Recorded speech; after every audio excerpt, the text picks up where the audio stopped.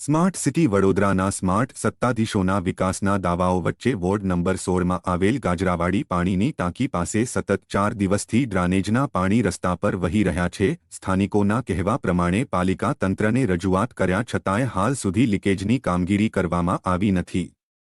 આ ઉપરાંત રોડ પર આવેલી ડ્રેનેજ લાઇન પર ઢાંકણ લગાવેલ નહીં હોવાથી વાહન ચાલકોને મુશ્કેલી પડી રહી છે। ત્યારે જાડી ચામડીના અધિકારીઓ નાગરિકોની સમસ્યાઓ દૂર કરવાને બદલે એસી ઓફિસમાં બેસી રહે છે। આજ રોજ ભાજપ ઉમેદવાર ડોક્ટર હેમાંગ જોશીની ગાજરાવાડી ગણપતિ મંદિરથી ચૂંટણી પ્રચાર માટે આવતા વોર્ડ નંબર 16ના ભાજપ કોર્પોરેટર અને પ્રમુખ મહામંત્રી સહિતના પદાધિકારીઓ આ રોડ પરથી પસાર થઈ રહ્યા છે, પરંતુ ઉપરોક્ત સમસ્યા પ્રત્યે આંખ આડા કાન કરી વિકાસના કામો કરવાના દાવા કરી રહ્યા છે।